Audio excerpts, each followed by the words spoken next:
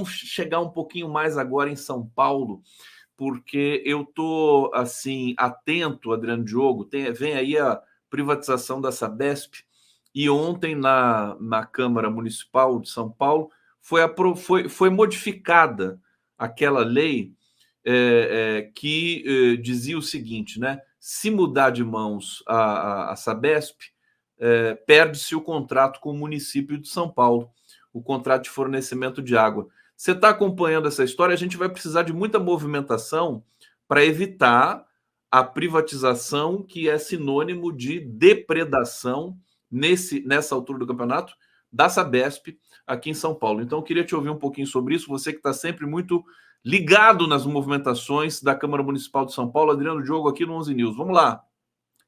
Bom, primeiro, bom dia, né? E você viu que foi aprovado por uma quantidade absurda de votos, superior a 2/3 do quórum necessário, né? Eu estive lá, né, ontem à tarde, antes, mas eu deixo te situar uma coisa. Essas companhias de saneamento, Sabesp, Sanepar, no Paraná, elas foram criadas já em 1969, 70, porque havia um presidente da Sabesp aqui em São Paulo, ligado ao Reinaldo de Barros, que era o homem forte do malufismo. Ele criou a primeira companhia estadual de saneamento. Como é que era antes de ter a Sabesp? Cada serviço municipal tinha o seu serviço municipal de água e esgoto. A Sabesp foi criado um plano nacional chamado Planasa, Plano Nacional de Saneamento Básico. E aí foram criadas essas empresas de saneamento básico. Aqui em São Paulo, o primeiro presidente da Sabesp foi o Klaus Reinach, pai de um jornalista do Estadão, um biólogo brilhante. Escreve o Estadão sobre sanitarismo. Bom, isso, à época, foi tomada como uma medida de força da ditadura para tirar todos os serviços municipais. E a Sabesp introduzia um elemento que não existia no Brasil, que era a cobrança da taxa de esgoto, mesmo que a pessoa não tivesse esgoto, pelo mesmo valor da água tratada. Eu comecei a trabalhar com água subterrânea e nesse Plano Nacional de Saneamento Básico, com poços artesianos, em 1975. Eu trabalhei todo esse período no interior do estado de São Paulo. Trabalhei, como chamava a época, todas as regiões administrativas. Comecei por Ribeirão Preto, aí fui para Bauru, Araçatuba, Marília, São José dos Campos. Andei esse estado inteirinho criando esse tal Programa Estadual de Saneamento Básico, para a Sabesp. Então, a gente ia para o município, via os rios que tinha, as represas e tal, via-se a quantidade de água, fazíamos as estações, e se a água, como a gente falava, água superficial dos rios, não desse, a gente furava poços. E aí é que nós começamos, a partir de Ribeirão Preto, tinha um pequeno aquífero local, e fizemos o trabalho da descoberta do aquífero Guarani. Por que eu fiz essa introdução? Isso aí, desculpa só perguntar, isso aí foi da sua pesquisa naquela época? Eu fazia parte desse grupo de pesquisa do aquífero Guarani. Do aquífero Guarani, que fantástico. Porque antigamente chamava aquífero Botucatu. Aí a gente percebeu que tinha no Paraná, Santa Catarina, Rio Grande do Sul, Argentina, Paraguai, até Uruguai, esse enorme mar de água subterrânea chamado aquífero Guarani. Então, ou a gente optava por água, até Mato Grosso, eu fui trabalhar lá em Campo Grande. Bom, por que eu estou fazendo essa introdução? Essa questão da aprovação da lei da Câmara Municipal de ontem parece assim uma mera mudança contratual. Ao invés de ter uma companhia estatal, cria uma nova companhia, cada um compra um pedaço do Estado, faz um mosaico de companhia. Você viu que até o Paulo Guedes está metido nesse negócio da privatização da Sabesp. Então, cria um mosaico. Vamos ver. qual é o problema maior, no meu entender? Além da. Porque como é que é a situação social da água e do esgoto? Porque tem uma coisa que, para mim, é uma cláusula pétrea, que a água não pode ser privatizada. Então, não é a Sabesp que está sendo privatizado, é o recurso água. Água. Porque você pode privatizar o ar? Não. Porque todo mundo tem direito a respirar o ar. O pobre, o rico, o remediado, a população de ouro, todo mundo tem direito ao ar. Por enquanto. A água é outra coisa. Qual é a diferença entre ar e água? Nenhuma. É um direito fundamental. Quem é que vive sem água? Porém, sempre tem um porém. A água hoje é mercadoria, é commodity, é base de produto industrial, é alimento. Você sabe que no mundo, navios inteirinhos do tamanho de petroleiros circulam o mundo para abastecer água. No Oriente Médio, naquelas regiões super. Por que tem tanta briga lá em Israel com os países vizinhos? Por que tem briga para Israel tomar as colinas do Golã? Por causa da água. Água, água, água, água. No Japão, chega a se trazer enormes blocos de gelo do polo para derreter e fazer águas minerais puríssimas, fantásticas, caríssimas. E quem são os grandes produtores? Quem inventou essa história de água mineral? Água em garrafa. Foram os italianos, no tempo dos romanos, e os franceses. Qual é a grande água mineral italiana que está no mundo inteiro? San Pellegrino. Qual é a água francesa que está no mundo todo? A água Perrier. Mas aí aparecem as grandes multinacionais fabricantes de alimentos e engarrafando água mineral, sucos, achocolatados, isotônicos, tudo que depende da água. Cerveja também depende da água, né? Cerveja, refrigerante, né? Tudo. Então, esses grandes conglomerados internacionais, a Nestlé, a Coca-Cola, que no Brasil é Ambev, isso tudo depende de água. E qual é a água mais fantástica, mais pura, mais linda que existe? A água subterrânea. A água do aquífero Guarani.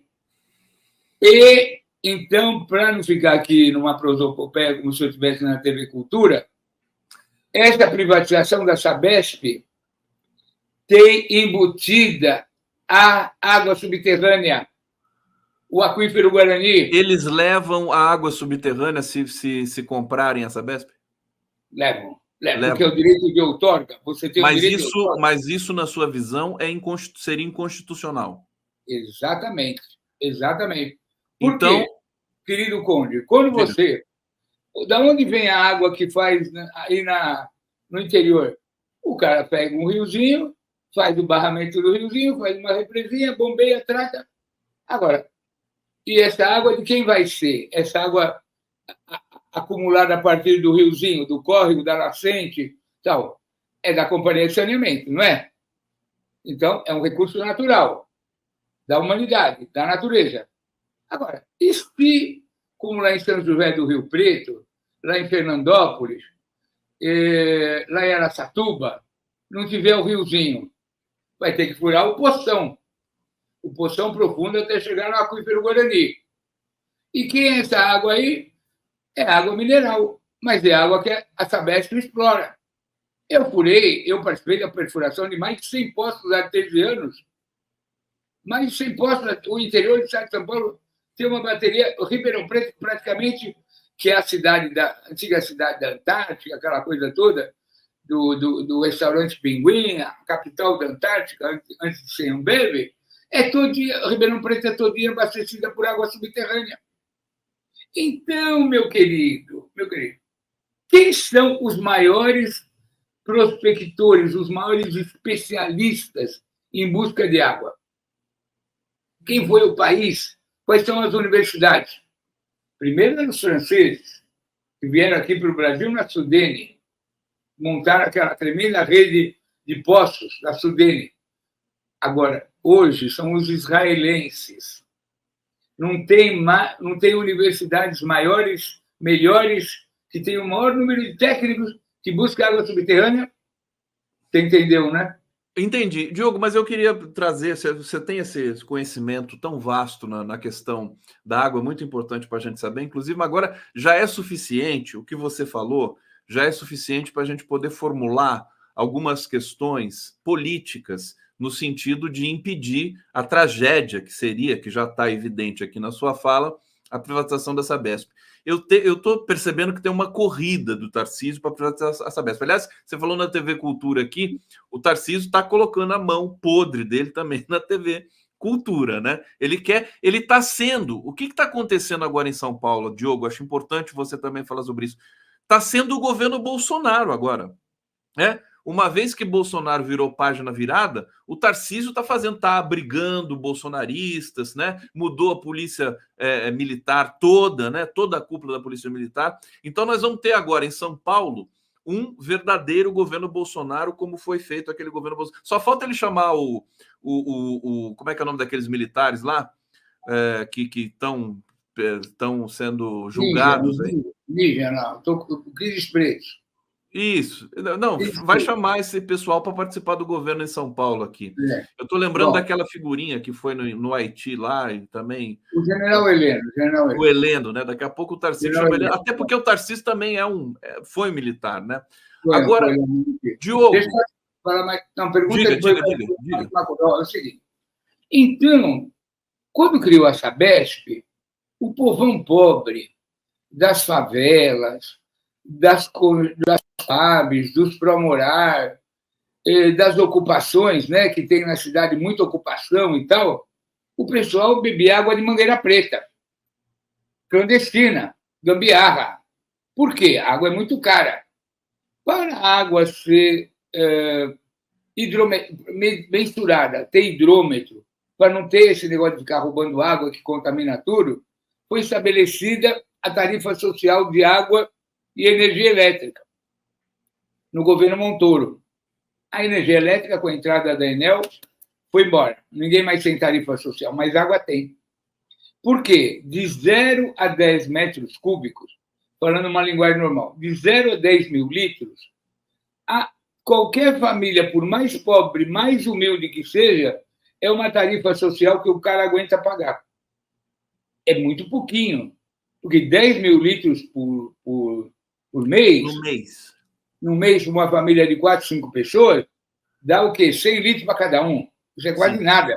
Um ser humano tem direito a quase 700 litros por dia, porque tem água, tem que tomar banho, tem que comer. Bom, mas enfim, mas mesmo com uma tarifa reduzidíssima, o povo aguenta pagar água regularzinha, com relógio, vai lá e paga a sua tarifa social. Qual é o problema da privatização, querido Conde? Não vai ter mais tarifa social. Não vai ter. Porque empresa privada não pode ter tarifa social, porque tarifa social é subsidiada. O governo paga. A gente está vendo no Rio de Janeiro, a SEDAI lá triplicou o preço da conta de água. Não, e o pessoal tomando água de carro-pipa lá no Rio de Janeiro, a grande Rio de Janeiro, no século XXI, tomando água de carro-pipa. Então, e tudo contaminado, cheio de mercúrio, cheio de alga verde, não sei o quê, as crianças doentes. Então, isso, a luz, que é uma coisa tremendamente simples diante da água. A luz, você não precisa, lógico, você gera hidrelétrica, aquela coisa toda, mas uma vez gerada, põe na rede e toca o pau. Agora, água, como é que você vai tirar o direito do cara ter uma tarifa social? Diogo, a pergunta que eu quero te fazer é o seguinte: o Tarcísio está acelerando esse processo. Qual é a perspectiva dele conseguir fazer essa privatização? Você acha que sai esse ano? Você acha que ele vai conseguir esse ano? Qual que é o impacto do Boulos, por exemplo, né? Vencendo a Prefeitura de São Paulo? Você acha que o Boulos conseguiria impedir essa privatização com o poder político que ele vai acumular ali diante da Prefeitura, a maior prefeitura do país? Primeiro, eu acho que o governo federal deveria acompanhar essa privatização, porque a água é um bem da União. A água é um bem da União.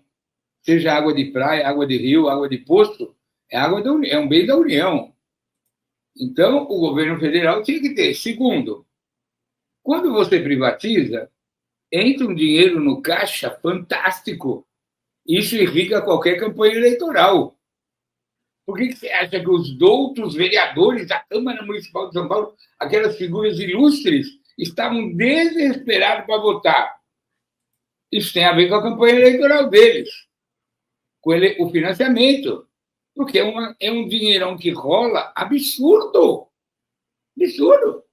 E quando você privatiza, no começo, é aquele luxo, é que nem estrada quando põe pedágio. Os caras dão uma recapeada, pintam o pedágio, te dão chocolate. Um ano depois, mano, você tem que fugir por uma estrada vicinal para não passar o pedágio. Então, o cara que aquela porcaria tá, e a estrada está toda esburacada, entendeu? Então, essa é a história do Brasil. É a história do Brasil. Por quê? Sabe o que acontece, Conde? Quando chegaram as hidrelétricas no Brasil, quem começou a trazer hidrelétrica, estudar um pouco, Dom Pedro II, que era um cara muito estudioso, foi lá para a Europa e descobriu que tinha que tirar a máquina a vapor para implantar o capitalismo, para ter energia elétrica. Então, aqui no Brasil, a primeira grande obra de engenharia de geração de energia foi aqui em São Paulo, em Cubatão, aqui na descida da Serra do Mar, quando foi criada a Light. O que era a Light? Era uma empresa inglesa e canadense que veio aqui para o Brasil para operar o sistema de bonde, instalar os bondes. Para instalar bonde tinha que ter energia elétrica.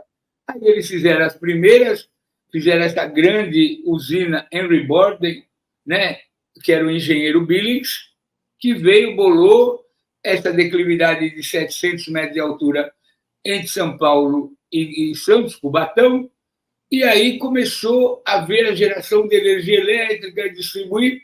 Só que os caras eram tão espertos que eles compraram todas as terras ao longo do Rio Pinheiro, porque para ter energia, para ter água, lá na Henry Borden, o Rio Pinheiros, aqui em São Paulo, é afluente do Tietê.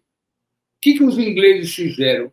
Eles inverteram o curso do Pinheiros para, em vez de ir para o Tietê, ir em direção à usina para descer para Cubatão. Então, eles fizeram uma barragem, seguraram o Rio Pinheiros inverteu o curso, descia lá para o mar e gerava, e depois veio o Parque Industrial de Cubatão. Mas os ingleses e os canadenses da Companhia Light eram tão espertos que eles compraram todos os terrenos ao longo do Rio Pinheiro e criaram uma companhia imobiliária imobiliária e construtora, chamada Companhia City. E fizeram todos os bairros Jardim da cidade de São Paulo. Jardim Paulista, Jardim Europa, toda essa coisa bonita que tem lá perto da cidade universitária, aquelas casonas de lote e tal, fizeram um loteamento em inglês. Fizeram um loteamento em inglês, a moda inglesa. E criaram uma nova cidade. Porque era tanta grana que eles ganharam com a energia elétrica que eles se deram ao luxo de construir uma nova cidade, como a gente falava, para a burguesia, para os ricos. Né? Pode falar. Ô, Diogo, deixa eu ir para o bate-papo aqui. Que Não, daí eu só falei isso só para concluir o seguinte: a água como bem humano, para consumo humano, só veio depois. Tanto é que todas as barragens construídas foram para energia elétrica. Entenda como o nosso país é atrasado. Primeiro fez barragem para energia elétrica, depois daquela água que jogaram até esgoto, porque era para produzir energia elétrica, nós tivemos que fazer para abastecimento humano. Entendeu? Maria Cristina Rux Ferreira está dizendo aqui no Rio tem que pagar limpeza de caixa d'água várias vezes por mês pela água turva e de odor de coliformes. Está aqui registrado essa situação aqui crítica, né? Eliane Neres, como é bom ouvir esse arquivo vivo, que é o Adriano Diogo. Robson Bob Sobreira, Sir Conde, Israel quer os aquíferos do Brasil. Eu sempre te disse isso.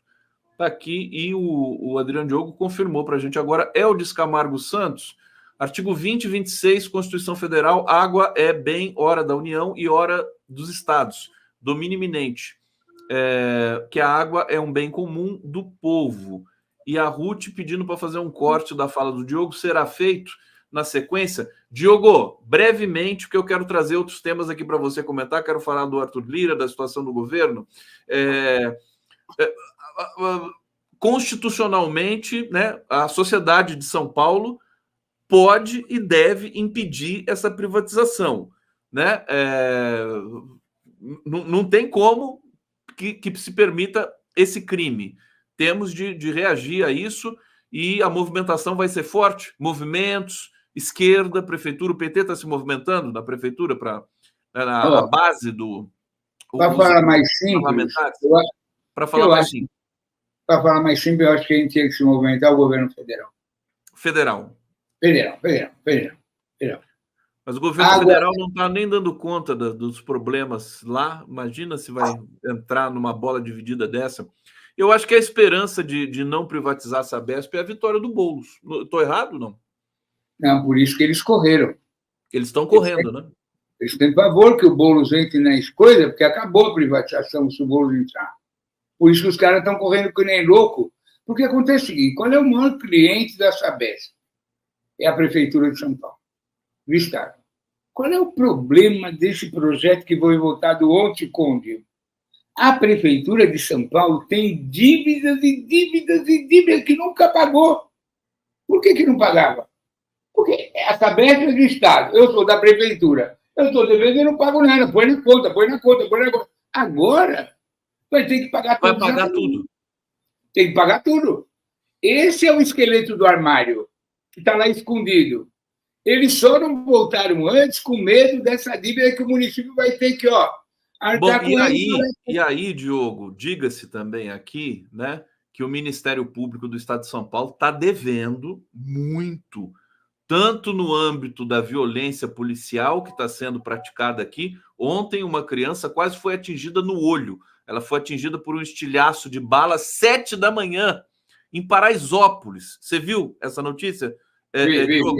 É uma coisa absoluta. E tem as imagens dos policiais procurando o projétil ali, certamente para depois tentar escapar de qualquer levantamento ou acusação. E não se manifesta também com relação a essas violações, por exemplo, a privatização da Sabesp. Alô, Ministério Público de São Paulo? A gente ainda tem esperança, viu? Que vocês voltem a funcionar em algum momento. Hein, Diogo? Para completar essa situação difícil. Não, é porque é um escárnio. Como é que pode privatizar? Porque, olha, Conde, querido Conde, deixa eu só tentar te explicar.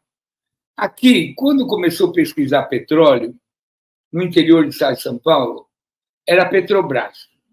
Depois veio o Maluf, fez uma companhia de petróleo lá, que ele queria descobrir petróleo lá, a Paulipetro e tal. Bom, o que acontece?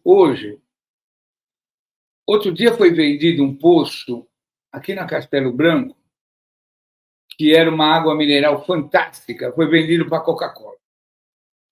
Então, nós temos aqui, eu tento explicar, o aquífero Guarani, mas hoje está sendo autorizado fazer, por exemplo, poço artesiano para fazer parque d'água, parque aquático. Aonde tem parque aquático no interior do estado de São Paulo? Tem em Fernandópolis, tem em Lins, tem em Olímpia, que são poços da Petrobras ou do DAE, que foram perfurados, e aí o artesianismo, quer dizer, o jorro da água, impediu que a água fosse usada para fim de potabilidade, fizeram um parque aquático. São as novas Miamis que tem no interior. Você vai lá, água termal, gostosa, piscina, toboágua. Isso aí com água subterrânea do aquífero Guarani, que é um absurdo, não tem lugar no mundo que você possa furar um poço artesiano para fazer toboágua. Então, tá tudo, porque isso chama a lei da outorga. O que é a outorga? A autoridade estadual autoriza você a perfurar um poço, retirar água para uma determinada finalidade. Hoje está sendo usado a água do aquífero Guarani para resfriar vidro, para a fábrica de vidro resfriar vidro. Entender o que está acontecendo? Isso tudo vai para a iniciativa privada. É ouro, isso é ouro. No mundo, ninguém pode mexer com água subterrânea, porque nós temos dois grandes aquíferos no Brasil: o aquífero Guarani e o aquífero na Amazônia, Alter do Chão. Isso tudo vai parar na mão da iniciativa privada. Você sabe isso? Fala. Adriano Diogo aqui no News. Adriano Diogo, você é apaixonado por esse tema, né, Diogo? O tema da água. Adriano Diogo é um geólogo, enfim. Já morei até na Argentina, que eu fui estudar lá. Tem esse conhecimento todo, mas eu quero trazer também os conhecimentos políticos aqui do Adriano Diogo. Aliás, isso é política, né? O Reginaldo Nicolás está dizendo aqui, cara, Conde, o barco está afundando e você está tocando violino. Eu tocando violino, Crime? Eu estou fazendo tudo menos tocar violino aqui, né? Eu sou aquele pessoal que estava no porão do Titanic ali, que está gritando, socorro, né? Nos ajudem. Ó, deixa eu dar duas notícias que acabaram de ser publicadas. Governo libera vacina da dengue próxima do vencimento para a faixa de 4 a 59 anos. Vou repetir aqui, governo libera vacina da dengue, que está próxima do vencimento, né? Para a faixa de 4 a 59 anos, para não perder essa vacina, porque a procura da vacina ali nos primeiros ciclos vacinais não foi muito grande, né? Infelizmente. Bom, e uma notícia chocante aqui: falso advogado abriu banco para enganar fazendeiros e sumiu com milhões. Na verdade, foram 5,8 milhões. Depois eu vou trazer essa notícia aqui mais detalhada para vocês, mas realmente é uma situação, o Brasil está numa situação realmente de muita preocupação. O Diogo, Arthur Lira, governo, esse embate, eu queria que você desse uma pincelada nisso. Eu não sei se você quer falar também das atividades aí políticas que você está agitando em São Paulo. Fica à vontade para falar disso, mas eu queria que você desse uma opinião dessa situação do Arthur Lira estar esvaziando o poder e ficando mais vingativo e usando da chantagem, continua usando de chantagem para ocupar espaço no governo. Como é que o governo tem que proceder com essa situação, meu querido Diogo? Primeiro eu queria fazer o comercialzinho de cultura. Hoje é o lançamento do livro do Camilo Vanucchi, sobre o Alexandre Vanucchi, lá em Pinheiros, na Livraria da Travessa, a partir das 19 horas. O Alexandre Vanucchi era aquele meu colega da geologia, que em 1973 foi assassinado pelo USSA. Então é importantíssimo, quem estiver aqui em São Paulo, ir lá em Pinheiros, no lançamento do livro do Vanucchi, do Camilo, primo do Alexandre, e os filhos do Paulinho Vanucchi, que vai ser na Livraria da Travessa, às 19 horas. O nome do livro é Eu Só Disse Meu Nome. Bom, feito isso, tanta coisa para comentar. O Lira, né? O Lira o Brasil virou o Dorico Paraguaçu, lembra da novela lá, do Dias Gomes? Virou o Dorico Paraguaçu, né? Quer dizer, o primo dele era do INCRA, os caras demitiram o INCRA, o cara vai instalar 5 CPIs. E aí o Alexandre de Moraes foi lá ontem, ele tentou enquadrar o Alexandre de Moraes, o Alexandre de Moraes falou para ele assim: fica quieto, nós arquivamos todos os seus processos lá, dos seus parentes, de toda aquela química que você fazia em Alagoas, você não tem vergonha na cara, fica quieto, cara. Será que foi assim mesmo, Diogo? Entendeu? Que dava no Fantástico, né? Ele trancou tudo, né? Então, esse colorzinho, né? Porque aquela República de Alagoas é essa tranqueira, é Fernando Collor, é Lira. Isso é vergonha nacional. É vergonha, esse semi-parlamentarismo. Presidente da Câmara. Isso aí devia ser presidente da Câmara daquela cidade lá do Dias Gomes, lá do Odorico Paraguaçu. Lembra daquelas novelas? Você era muito novo, você não via. Vou lembrar o nome da cidade aqui. A cidade do Odorico Paraguaçu. Quem me ajuda a lembrar aqui? Vem aí no chat se aparece. Então, o que acontece? Quer dizer, nós estamos muito apequenados. Sucupira. Sucupira. É a Câmara de Sucupira. Olha lá, apareceu aqui no chat. O Getúlio. É a Câmara de Sucupira, né? Da vergonha nacional. Que é Agora, isso? ele pode fazer um estrago. Deixa eu até colocar aqui o Léo Alves já para participar com a gente aqui, que o Léo Alves vai vir aqui depois. Aliás, Léo Alves, seja bem-vindo ao nosso 11 News. Satisfação recebê-lo aqui. Deixa eu apresentar o Léo Alves para vocês e vou querer aqui que o Diogo também converse um pouquinho com ele. Léo Alves é compositor, violonista, artista sonoro, mestre em estudos contemporâneos das artes, integra o coletivo Filhos e Netos, Memória, Verdade e Justiça, é neto de Mário Alves de Souza Vieira, desaparecido pela ditadura em 1970, compõe a direção executiva da Coalizão Brasil, Memória, Verdade, Justiça, Reparação e Democracia, uma importante articulação nacional de direitos humanos. Seja bem-vindo, Léo Alves. Satisfação tê-lo aqui para a gente conversar um pouquinho sobre essa questão também importante, a memória dos desaparecidos do Brasil, que o Diogo também é parte integrante aqui dessa memória. Bem-vindo aqui. Uma saudação, por favor, aqui para o nosso público. Obrigado, Conde. Adriano, querido, estamos juntos mais uma vez. Adriano é um companheiríssimo, inclusive integra a coalizão no conselho diretor. E aí eu estou saudando aqui também todo mundo que está nos assistindo. Obrigado, Conde. Deixa eu só pedir um favor para você, Léo. Eu achei o seu som um pouco baixo. Você está num notebook? O que é? Coloca o fone para ver se melhora. Vamos ver. Infelizmente, eu estou no celular porque péssimos serviços da Enel não é privilégio. Não, se não precisa botar o fone, não. Se você aproximar mais o celular, o som fica melhor. Tá melhor assim? Fica melhor. Fica mais pertinho dele. E que daí eu acho que dá para ouvir. Pessoal, o pessoal está falando agora, melhorou de fato. Só tenta se enquadrar aqui, se você puder monitorar, no centro da nossa transmissão. Essa coisa é programa ao vivo, né? Nós não temos as tecnologias espetaculares aí das grandes empresas de comunicação, mas nós temos esse borogodó que a gente faz tudo ao vivo aqui na frente de vocês. O Adriano Diogo, conhece o Léo Alves, né? Meu querido Léo. Filhos e Netos, Rio de Janeiro. O Léo Alves, do Rio de Janeiro, ele atua mais em direitos humanos aqui em São Paulo que muito cara aqui em São Paulo.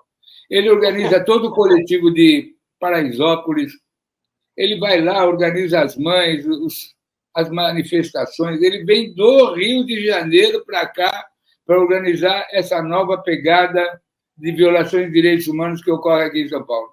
Adriano, você conheceu o avô do Léo? Não, não conheci, porque ele era uma geração antes que a minha, ele era da geração do Marighella. Mas ele é o grande herói da ditadura, porque ele é daquela geração Apolônio de Carvalho, que veio da Segunda Guerra Mundial. É um dos heróis do povo brasileiro. Imagina, o avô dele foi morto pela ditadura, foi empalado vivo. Foi uma das maiores crueldades, o homem da maior cultura política, da maior liderança, um homem fino, um grande revolucionário, foi morto da forma mais cruel, mais assassina, mais brutal que aconteceu aqui no Brasil. Mário Alves, avô do Léo. Vamos falar um pouquinho disso com o Léo, Adriano Diogo lembrando aqui. Diogo, eu vou liberar você, agradecendo sempre sua presença, sempre importante aqui para a gente. Vou seguir com o Léo Alves aqui. Quer fazer uma pergunta para o Léo? Quer fazer um carinho aqui na nossa pauta? Você que é mestre. Mas você que o Léo Alves é tão importante para nós que teve a caminhada do silêncio e ele foi o mestre de cerimônia. Imagina, um jovem do Rio, músico, poeta, artista, e ele vem aqui para São Paulo e ele dá a linha da caminhada do silêncio, vem aqui, articula todo mundo. Porque a turma achava antigamente que a sucessão dos velhos revolucionários da geração 68 seriam os estudantes, o movimento estudantil. Não, a nova geração de revolucionários são os músicos, os poetas, esses é que vão dar a linha do futuro do povo brasileiro. E o Léo Alves é um expoente dessa luta. Grande Adriano Diogo, obrigado. Excelente fim de semana para você.